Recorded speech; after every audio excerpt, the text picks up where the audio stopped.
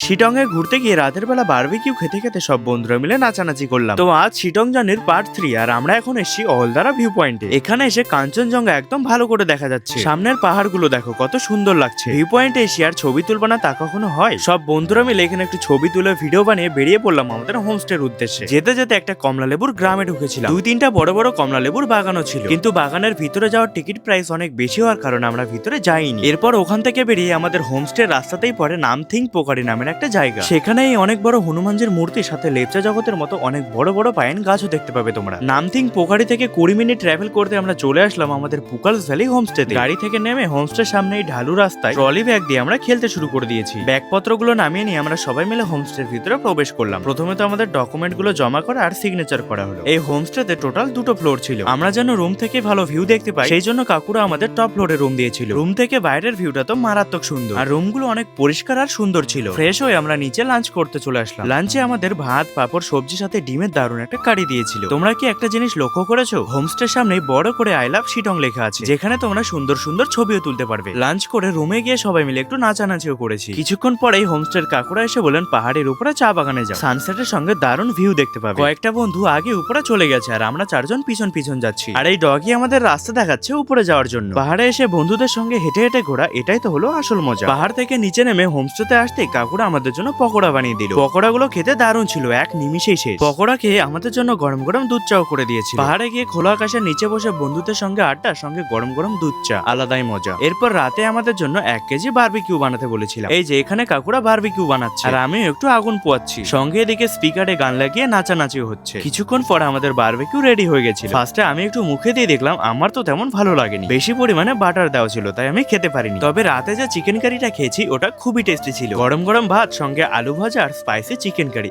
আহা! তোমরাও যদি কখনো শিটং এ ঘুরতে যাও আর এই জায়গাটায় যদি থাকতে চাও তাহলে স্ক্রিনে দেওয়া নাম্বারে যোগাযোগ করো। তো আজকের ভিডিও এতটুকুই, দেখা হচ্ছে কালকে সকালে।